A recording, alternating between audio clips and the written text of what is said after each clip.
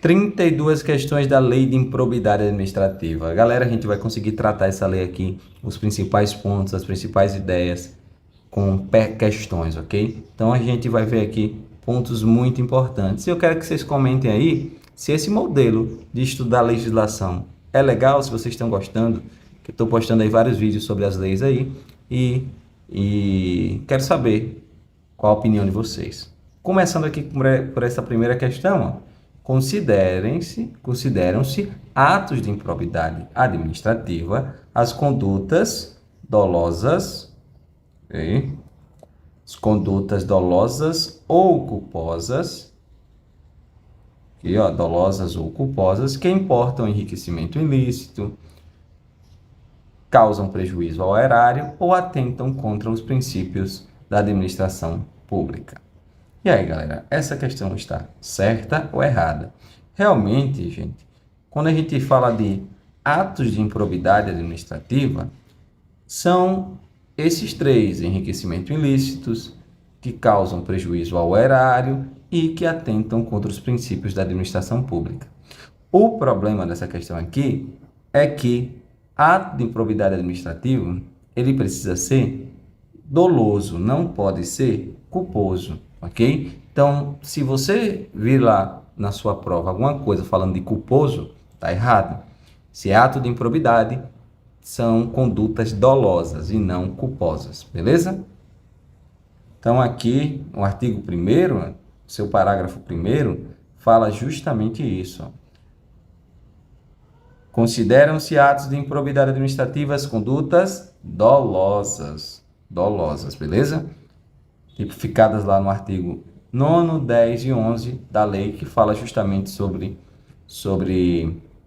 enriquecimento ilícito, prejuízo ao erário e atos que atentam contra os princípios da administração pública. Vamos à segunda questão.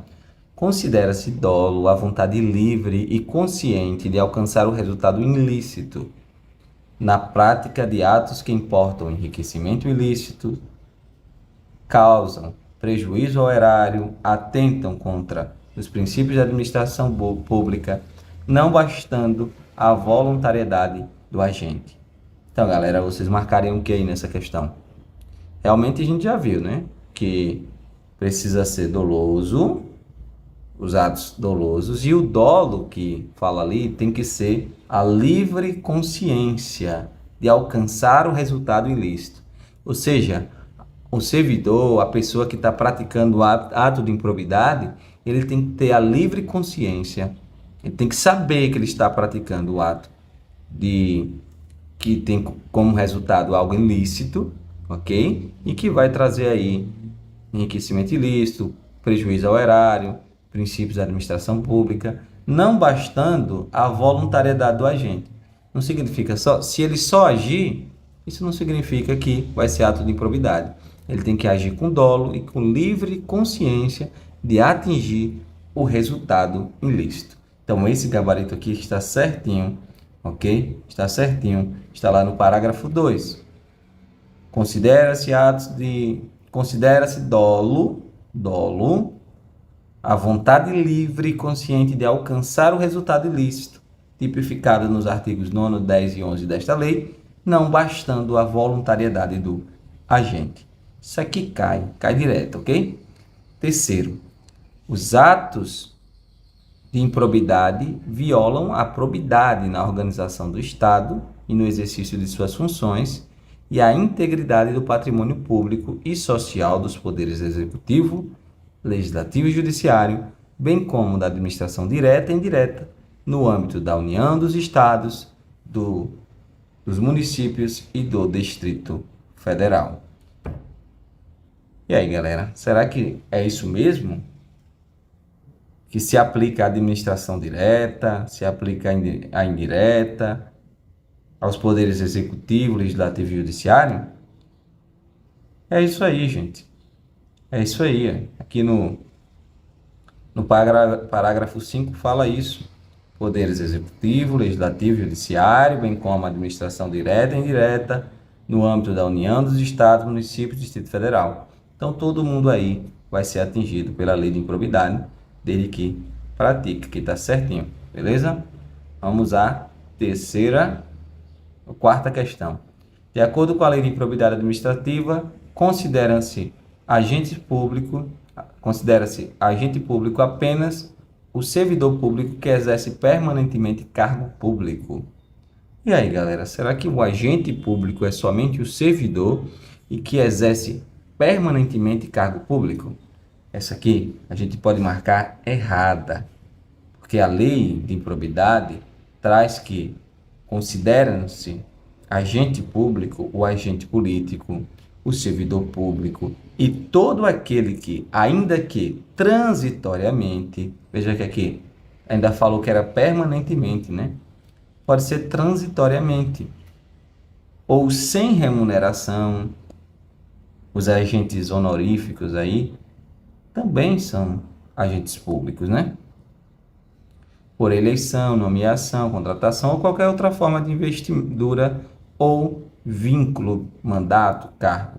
Então, qualquer pessoa aí que tenha uma relação com a administração pública, seja um agente político, servidor público ou qualquer uma relação ali transitória ou permanente, né? Pode ser permanente ou pode ser transitória. Pode ter remuneração, pode não ter remuneração. Essa pessoa é um agente público, beleza? Então, aqui está errado. Vamos à quinta questão. A lei de improbidade não se aplica a uma pessoa que não é servidor público, mesmo que induza ou concorra dolosamente para a prática do ato de improbidade. E aí, galera, será que a lei de improbidade ela não se aplica a nenhuma pessoa particular, a nenhum particular? Precisa ser um agente público? Precisa ser um servidor público? Isso aqui, galera, que está errada, ok? Porque a própria lei, ela diz o seguinte: as disposições dessa lei são aplicáveis no que couber àquele que, mesmo não sendo agente público, induza ou concorra dolosamente para a prática do ato de improbidade. Então, por isso que aqui está errado. E também aqui fala, não se aplica a uma pessoa que não é servidor, que estaria errado também, porque tem gente que é agente público, mas não é servidor, entendeu? Então, e a lei se aplica também, mas se aplica também a particulares que agem aí, induzem dolosamente ou concorrem, participam, né, ali de ato de improbidade, beleza? Então, essa aqui está errada. Sexta questão. Os sócios, os cotistas, os diretores e os colaboradores de pessoa jurídica de direito privado não respondem pelo ato de improbidade que venha a ser imputado à pessoa jurídica. A pessoa jurídica, salvo se comprovadamente houver participação e benefícios diretos, caso em que responderão nos limites da sua participação. Aqui, gente, a gente tem que lembrar o seguinte: existe a diferença entre a pessoa física da pessoa jurídica. Não é porque a empresa cometeu atos de improbidade administrativa que o dono ou os sócios, os cotistas ali vão responder, ok? Eles só irão responder se comprovadamente houver participação em benefício. E a resposta deles, o que eles vão responder, está no limite da sua participação. Então, aqui está certíssimo, certíssimo, certíssimo. Gabarito certo. Temos aqui o parágrafo 1º falando sobre isso, né? Que os cotistas, eles não respondem pelos atos de improbidade, em regra, salvo se comprovadamente houver participação aí. E eles só responderão nos limites da sua participação. Beleza? Vamos agora à sétima questão. Se houver indícios de ato de improbidade, a autoridade que conhecer dos fatos representará a delegacia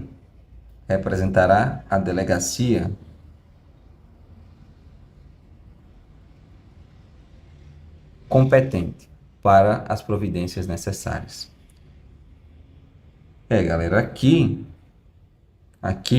essa questão, ela está errada, ok? também teria que representar a delegacia, né? Está errada, porque na verdade essa representação ela é feita ao Ministério Público competente.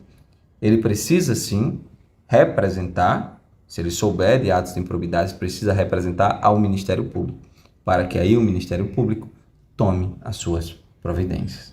Tá ok? Então, certíssimo aqui. Ok? Oitavo, o sucessor ou herdeiro daquele que causa dano ao erário ou que se enriquecer ilicitamente não estão sujeitos à obrigação de repará-lo, mesmo que haja herança ou patrimônio transferido. O sucessor ou herdeiro daquele que causar dano ao erário ou que se enriquecer ilicitamente não estão sujeitos à obrigação de repará-lo. Galera, aqui essa questão está errada. Por quê? Porque o sucessor e o herdeiro, né, eles têm sim a obrigação de reparar o dano ali causado para a pessoa que deixou a herança para ele. Se houver herança, no limite dessa herança ou desse patrimônio transferido, ok? Por isso que está errado. Aqui, ó, o sucessor herdeiro daquele que causar dano ao erário ou que se enriquecer ilicitamente estão sujeitos apenas à obrigação de repará-lo até o limite do valor da herança ou do patrimônio transferido. Imagine que alguém dê um prejuízo ao erário de 900 mil reais e deixou uma herança para seu filho de 500 mil reais. Essa aqui é a herança. A reparação do dano não vai ser de 900 mil, vai ser de 500 mil. Porque fala aqui, né? Até o limite do valor da herança. Entendeu? Então, é isso. Então, se alguém pratica ato de improbidade que causa dano ao erário e deixa uma herança para seus filhos, os filhos vão ter que responder no limite do patrimônio que foi transferido ali. Ok? Constitui ato de improbidade administrativa importado em enriquecimento ilícito. Já vou dar uma dica aqui para vocês. Ao ferir, mediante a prática de ato doloso, opa, aqui já está ok, doloso, né? Qualquer tipo de vantagem patrimonial indevida em razão do exercício de cargo, de mandato, de função, de emprego ou de atividades nas entidades referidas no artigo 1º da Lei de Improbidade. Ato de improbidade administrativa que importa enriquecimento ilícito. Você vai pensar, enriquecimento ilícito, eu vou praticar um ato de improbidade que vai trazer benefícios para mim, ok? Por exemplo, eu pego ali o carro da prefeitura e uso para fazer uma viagem. Então, eu estou trazendo benefício para mim, eu estou enriquecendo, deixando de gastar e usando o recurso público. Eu pego funcionários, servidores públicos e levo para minha casa para fazer uma pintura no horário, no expediente, e não pago a eles, né? Eles deveriam estar trabalhando ali no seu expediente, eu tiro do trabalho e levo para casa. Então, eu estou enriquecendo às custas da administração pública. Então, esses atos são aí de enriquecimento ilícito. Ao ferir, mediante a prática de ato doloso, qualquer tipo de vantagem patrimonial indevida em razão do exercício de cargo, de mandato, de função ou de emprego. Isso aqui está certíssimo. Isso aqui está lá no artigo 9º. E lembre-se do doloso, viu, gente? Lembre-se do doloso. Você recebeu para você qualquer benefício aí patrimonial, vai ser ato de improbidade que importa em enriquecimento ilícito. O rol de atos de improbidade que importam em enriquecimento ilícito e dos atos de improbidade administrativa que causam prejuízo ao erário é taxativo. Ser taxativo, galera, porque é dizer que a lista que está na lei, ela é fechada. Não existe outras situações que poderiam importar em ato de improbidade administrativa que importam enriquecimento ilícito ou que causam prejuízo ao erário. Isso cai de vez em quando nas questões, mas nesse caso está errado, porque tanto os atos de improbidade administrativa que causam enriquecimento ilícito Quantos atos de improbidade administrativa que causam prejuízo ao erário são rol exemplificativo, beleza? O único rol taxativo é de princípios, que atingem os princípios, ok? Mas falou em enriquecimento ilícito, falou em prejuízo ao erário, o rol é exemplificativo. Significa dizer que é um rol aberto. Pode ter outras situações que se encaixarão ali em ato de improbidade administrativa, que importa enriquecimento ilícito ou que importa em prejuízo ao erário. Agora, mais na frente, a gente vai ver sobre os atos que importam que atentam contra os princípios, aí esses sim são atos taxativos, beleza? Só são aqueles que estão lá na lei. Vamos aqui à questão número 11. De acordo com a lei de improbidade, são atos que importam em enriquecimento ilícito. Enriquecimento ilícito, exceto. Ou seja, ele quer uma questão que não seja enriquecimento ilícito. Okay? Lembre-se, enriquecimento ilícito é quando você recebe uma vantagem. Okay? Você recebe uma vantagem econômica. Então, você vai ver várias situações, como receber para si ou para outrem, perceber vantagem econômica, perceber vantagem econômica, utilizar em obra ou serviço particular. Essas situações aqui são de enriquecimento ilícito. Receber para si ou para outro em dinheiro, bem móvel ou imóvel, a letra A, né? Ou qualquer outra vantagem econômica, direta ou indireta, a título de comissão, percentagem, gratificação ou presente de quem tem interesse, direto ou indireto, que possa ser atingido ou amparado por ação ou omissão decorrente das atribuições do agente público. Então, o agente público aqui está recebendo para si, está recebendo dinheiro, recebendo vantagem. Então, esse aqui é sim ato de enriquecimento ilícito. Beleza? Mas não é a questão que é o exceto. Perceber vantagem econômica, direta ou indireta, letra B, viu? Para facilitar a aquisição. Então, ele está recebendo a vantagem econômica. Tá vendo? Isso aqui é enriquecimento ilícito. Perceber vantagem econômica, direta ou indireta, para facilitar a alienação. Aqui é aquisição, aqui é alienação. Por um preço superior, né? Ou seja, a pessoa ou a administração vai comprar ali por um preço mais caro do que o valor do mercado. Na letra C fala alienação, a administração vai vender um bem ali por um preço inferior ao valor do mercado. Ou seja, mas a pessoa está recebendo dinheiro. Então você pode dizer, mas isso aí vai trazer prejuízo ao erário. Mas a ação da pessoa que recebe a vantagem é uma ação de enriquecimento ilícito.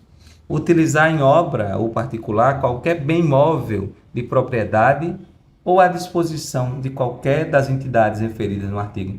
Então, usar em obra ou serviço particular. Ao invés de eu gastar dinheiro com pedreiro, eu pego um pedreiro lá que é servidor público e levo para casa para fazer minhas obras no horário de trabalho. Então, isso aí é ato de improbidade administrativa que provoca enriquecimento ilícito. A pessoa está deixando de gastar. Agora, a letra E, que é nosso gabarito, facilitar o concorrer por qualquer forma para indevida incorporação ao patrimônio particular de uma pessoa física ou jurídica. Veja, você está facilitando para a incorporação ao patrimônio particular de uma pessoa física ou jurídica. Então, a pessoa física ou jurídica está recebendo a vantagem. Você só está facilitando. Nesse caso, não é ato de enriquecimento ilícito, mas sim de prejuízo ao erário. Ok? Por isso que esse gabarito está certo. Por isso que essa é a exceção, né? A questão que não é enriquecimento ilícito. Então, aqui nós temos os incisos aqui que falam sobre esse ponto. Questão 12. Constitui ato de improbidade administrativa que causa lesão ao erário. Qualquer ação ou omissão dolosa que enseje efetiva e comprovadamente perda patrimonial, desvio, apropriação, malbaratamento ou dilapidação dos bens ou haveres das entidades referidas no artigo 1º desta lei. Então, causam prejuízo ao erário ação ou omissão dolosa, que enseja efetiva e comprovada perda patrimonial, desvio, apropriação, malbaratamento. Isso aqui está correto, ok? Esses são atos de improbidade que causam aí prejuízo ao erário. Prejuízo ou lesão ao erário, né? Beleza? Lesão ao erário. 13. De acordo com a lei de improbidade, são atos que causam prejuízo ao erário. Então, vamos lá, gente. Pensar, né? Se é prejuízo ao erário, alguém vai se beneficiar. Beleza? Alguém vai se beneficiar. Negar, vai receber recurso. Alguém vai receber recurso, né? Negar publicidade aos atos oficiais, facilitar, exceto, né? Vamos lá, vamos botar. Causa um prejuízo ao erário, exceto. Queremos a exceção aqui, né? A exceção. Negar publicidade aos atos oficiais, será que isso traz... É um ato que causa prejuízo ao erário? Vamos deixar ele aqui destacado. Deixar assim. E vamos procurar os outros que causam, né? Facilitar ou concorrer, por qualquer forma, para indevida incorporação ao patrimônio particular. Opa, nós já vimos isso. Vimos que quando você facilita para alguém incorporar um bem público ao seu patrimônio particular, isso é ato de improbidade administrativa que causa lesão ou prejuízo ao erário, né? Então, isso aqui está certo. Permitir ou concorrer para que pessoa física ou jurídica ou privada utilize bens, rendas, verbas. Opa. Veja aqui. Não é você que está utilizando. Se você utilizar os bens públicos para seu benefício, é ato de enriquecimento ilícito. Mas se você permitir ou concorrer para que uma pessoa utilize, não, vá lá, pegue os servidores daqui, leve lá para sua casa e pinte lá sua casa, construa lá a casa. Quem paga aqui é o serviço público. Isso aí é lesão ao erário, prejuízo ao erário, beleza? Doar à pessoa física ou jurídica bem como ao ente despersonalizado, ainda que de fins educativos ou assistenciais, bens, rendas ou valores. Portanto, você está doando a pessoa sem observância das formalidades legais? Quem está se beneficiando? O outro está recebendo. Então, isso aqui é prejuízo ao erário, lesão ao erário. Permitir ou facilitar a alienação, permuta, por alienação, venda, né? Por preço inferior ao do mercado. Quem está se beneficiando é a pessoa que está comprando. Ok? Então, esses são atos de improbidade administrativa que provocam aí prejuízo ao erário. Beleza? Agora, olha a letra A. Negar publicidade aos atos, exceto em razão de sua imprescindibilidade para a segurança da sociedade e do Estado ou de outras hipóteses instituídas em lei. Esse ato aqui, galera, é ato de improbidade administrativa que atentam contra os princípios, beleza? Atenta aí contra os princípios da administração. Porque, né, os atos da administração pública precisam ser publicados. Em regra, são atos públicos, mas, nesse caso, a pessoa negou a publicidade, sabendo que deveria publicar, está atentando contra os princípios, beleza? Então, aqui, 14, aquela que eu falei, o rol de atos de improbidade administrativa que atenta contra os princípios da administração é taxativo? Não existem outros, tem que ser aqueles ali mesmo. O rol de atos de improbidade administrativa que atenta contra os princípios da administração é taxativo, sim. Taxativo. Ok? 14. O 15, né? De acordo com a lei de improbidade administrativa, o ato de revelar ou permitir que chegue ao conhecimento de terceiro, antes da respectiva divulgação oficial, teor de medida política ou econômica capaz de afetar o preço de mercadoria, bem ou serviço é classificado como ato de prejuízo ao erário. Então aqui, galera, ó, você está revelando ali uma informação que não deveria revelar. Esse é um ato que vai de encontro aí aos princípios da administração, ok? Alguma dúvida? Se tiver alguma dúvida, deixa aí nos comentários. Deixa aí também se você está gostando desse modelo de estudo, se é interessante essa forma aqui da gente rever a lei, ok? Da gente rever a lei, porque legislação não é fácil de estudar, né? Não é fácil de estudar. Mas eu acho que dessa forma aqui fica mais gostoso, né? Que a gente consegue prever as pegadinhas aqui da banca, beleza?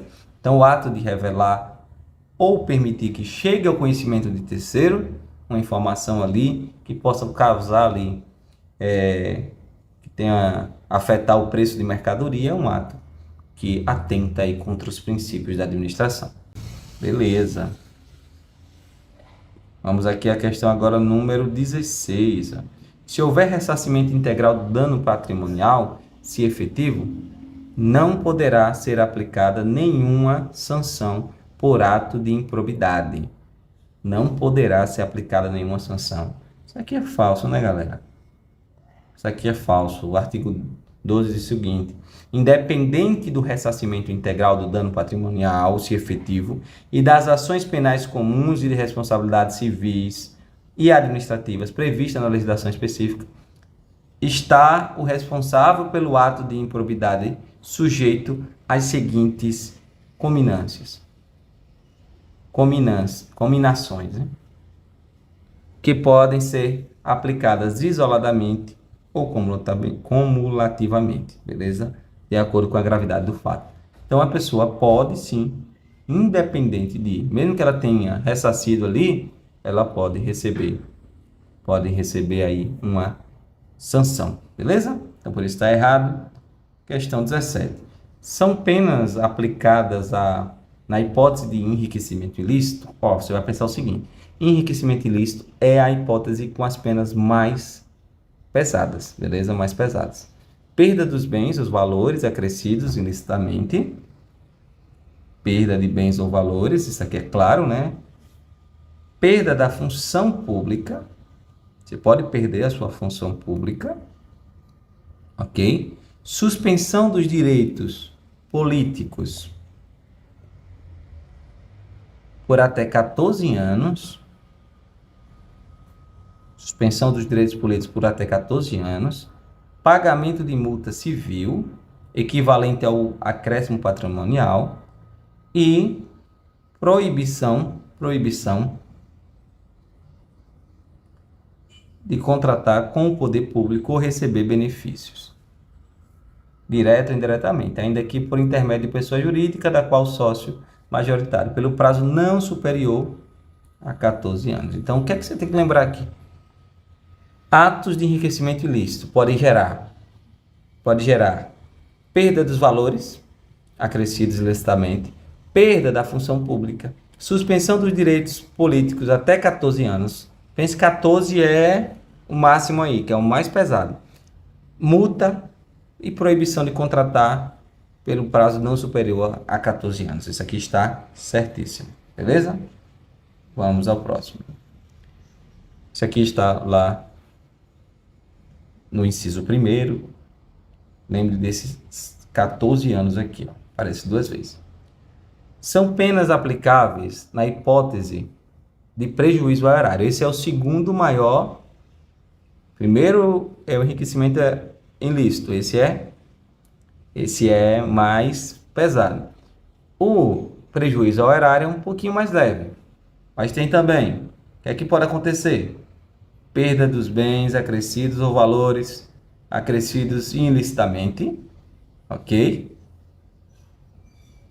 Se concorrer a esta circunstância, perda da função pública, suspensão dos direitos políticos por 12 anos, pagamento de multa civil equivalente ao valor do dano, e proibição de contratar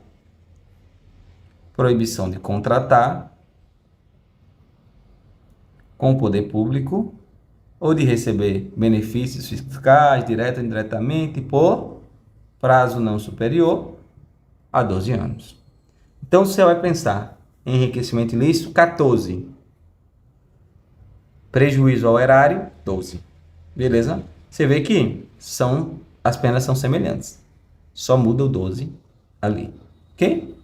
Agora, no caso aqui, são penas aplicáveis na hipótese de atentar contra os princípios.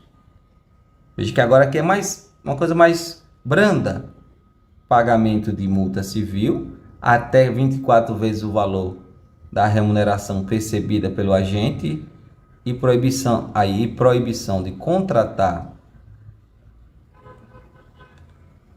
com o poder público, de receber benefícios, incentivos fiscais, direto e indiretamente, ainda que por intermédio de pessoa jurídica, da qual seja sócio, pelo prazo não superior a 4 anos. Veja que agora só é pagamento de multa até 24 vezes o valor da remuneração, proibição de contratar com o poder público e pelo prazo não superior a 4 anos. Veja que essa aqui é bem mais branda, ok? Essa aqui é bem mais branda. Essa aqui também está certa, né? Isso aqui só são os detalhes que a gente queria trazer aqui para vocês certinho. As três estão certas aqui. As três estão certas. Aí vocês têm que lembrar desses detalhes. 14 anos, ó. Pagamento de multa. Quando vem aqui, ó. Enriquecimento ilícito. Enriquecimento ilícito. Você vai pensar. Perda de bens. Perda da função. Suspensão de direitos. 14 anos. E proibição de contratar, 14 anos também, não superior a 14 anos, beleza? Aí no prejuízo ao erário, perda de bens acrescidos, perda de função, suspensão de direitos por 12 anos, proibição de contratar por até 12 anos também, ok? E no caso dos atos que atentam contra os princípios, aí você vai pensar pagamento de multa até 24 vezes da remuneração, proibição de contratar por prazo não superior a 4 anos. Ok, gente? Então, esses são os pontos aí muito importantes. A multa pode ser aumentada até o triplo se o juiz considerar que, em virtude da situação econômica do réu, o valor calculado é ineficaz para a reprovação e prevenção do ato de improbidade. Isso aqui está errado, porque não é o triplo, é o dobro. Pode ser aumentado até o dobro se o juiz considerar que, em virtude da situação econômica do réu, o valor calculado ali é ineficaz para a reprovação. Beleza? 21. A sanção de perda de função pública na hipótese de enriquecimento ilícito e lesão ao erário atinge o vínculo da mesma qualidade e natureza que o agente público ou político detinha com o poder público na época do cometimento da infração e se estende aos demais vínculos, independentemente das circunstâncias e do caso e a gravidade da infração. Galera, essa aqui é o seguinte, está errada por quê? Porque a sanção de perda de função pública, na hipótese de enriquecimento ilícito ou lesão ao erário, atinge apenas o vínculo da mesma qualidade e natureza que o agente público detinha com o poder público na época do cometimento da infração. Até aí está correto, beleza? O problema está na continuação, porque até na época do cometimento da infração, vai ser atingido aquele vínculo que ele tinha. Agora, o magistrado, isso é a regra, né? Pode, na hipótese do inciso 1, que é o enriquecimento ilícito, só nessa hipótese, e em caráter excepcional, estendê-la aos demais vínculos, a outros vínculos que ele possa ter. Não só aquele que ele tinha na época do cometimento da infração. Mas, então, o magistrado, o juiz lá, pode, na hipótese só de enriquecimento ilícito, prejuízo ao erário não, ok? Em caráter excepcional, estender aos demais vínculos. Para isso, ele vai precisar considerar a circunstância do caso e a gravidade da infração. Então, galera, cuidado com isso, beleza? Cuidado com isso. Não acredito que isso aqui caia em concursos mais simples, mas um concurso mais complexo, ele pode cair, beleza? Então, a sanção de perda de função pública atinge apenas o vínculo de mesma qualidade. A regra. A exceção, o juiz pode estender de forma excepcional, se for enriquecimento ilícito, para outros vínculos que ele possa ter. E vai analisar a circunstância do caso e a gravidade da infração. Questão 22. Em caráter excepcional e por motivos relevantes devidamente justificados, a sanção de proibição de contratação com o poder público pode extrapolar o ente lesado pelo ato de improbidade, observados os impactos econômicos e sociais das sanções, de forma a preservar a função social da pessoa jurídica. Beleza, gente. Aqui, ó, presta atenção. O que é que esse artigo está dizendo? Em caráter excepcional, excepcionalmente, motivos devidamente justificados, a sanção de proibição de contratar pode extrapolar o ente público lesado. Então, a regra, o que é que está dizendo aqui? A regra é que não vai extrapolar o ente público lesado. Eu vou ficar ali, por exemplo, eu elegei o município ali, eu vou ficar proibido de contratar com o município, de ter um contrato ali com o município. Isso seria a regra. Mas, excepcionalmente, essa proibição de contratar, que é uma sanção, né, pode extrapolar e atingir outros entes que não foram lesados por mim. Mas isso é excepcional, ok? É excepcional. Porque a ideia é observar aqui também os impactos econômicos e sociais das sanções, de forma a preservar a função social da pessoa jurídica, ou seja, para não acabar com a pessoa jurídica que praticou lá o ato, beleza? Porque se uma empresa fecha, isso acaba atingindo muitos funcionários, coisa e tal. Então, essa aqui está correta, galera, corretíssimo, ok? Então, a regra é atingir somente aquele ente que foi lesado, mas em algumas situações excepcionais, pode atingir outros entes, ok?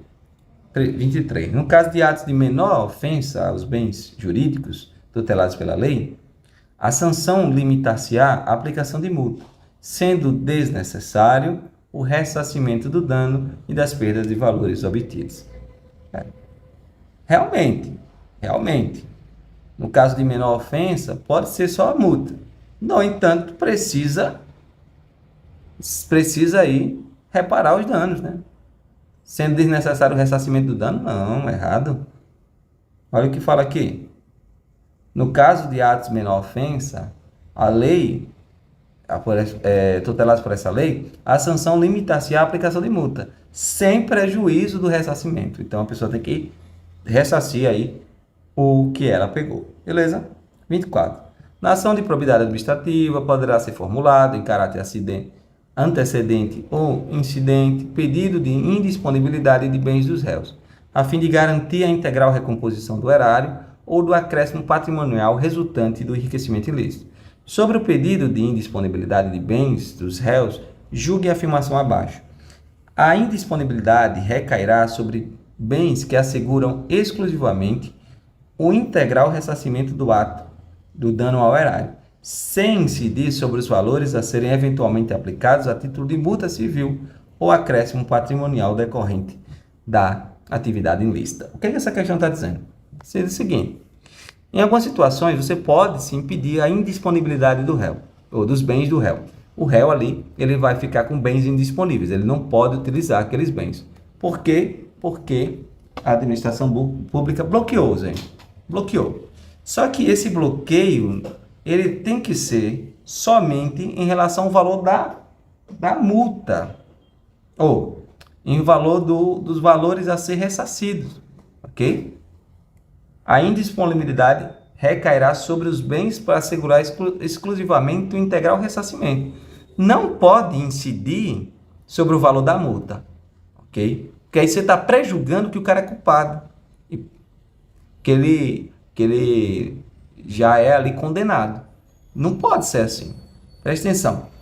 O que essa questão está dizendo é o seguinte: se eu lesei o erário em 10 mil reais, e eu posso ter uma multa de até 24 mil reais, um exemplo, o erário só pode bloquear aqui esses 10 mil. Ele não pode bloquear 34 mil, né? 10 mil para eu ressarcir e mais 24 de uma multa que futuramente pode ocorrer. Não. Sem incidir sobre os valores a serem eventualmente aplicados a título de multa civil. Ok? Então não pode. Ou também sobre acréscimo patrimonial decorrente de atividade lícita. Se o cara teve um acréscimo patrimonial ali de uma atividade lícita, também não pode ser bloqueado os bens dele.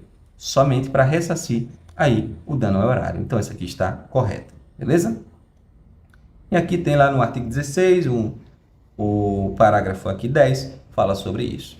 A ordem de indisponibilidade dos bens deverá priorizar o bloqueio de contas bancárias de forma a garantir a subsistência do acusado e a manutenção da atividade empresária ao longo do processo. Gente, isso aqui está errado, erradíssimo, porque a ordem deverá priorizar veículos, via terrestres, bens imóveis em geral, semimoventes, navios, aeronaves, ações.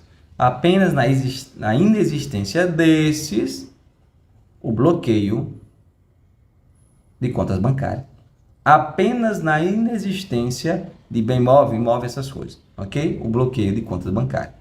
Então, isso aqui está errado, ok? Bloqueio de conta bancária é a última opção lá. É vedada a decretação de disponibilidade da quantia de até 50 mil reais, 50 salários mínimos depositados em caderneta de poupança, em outras aplicações financeiras ou em conta corrente. Galera, realmente é vedado, só que o erro aqui está nesses 50, são 40, ok? Então é vedada aí a decretação de indisponibilidade, ou seja, bloquear, né? Quantia de até 40 salários mínimos. Se eu tenho lá 40 salários mínimos na minha conta, não pode ser bloqueado esse valor, porque é o valor para eu viver, né? Pagar minhas contas, para me alimentar e etc. Questão 27. É vedada a decretação de disponibilidade do bem de família do réu, mesmo sendo comprovado que o imóvel seja fruto de vantagem de patrimônio indevido? Isso aqui, claro que é errado, né, gente?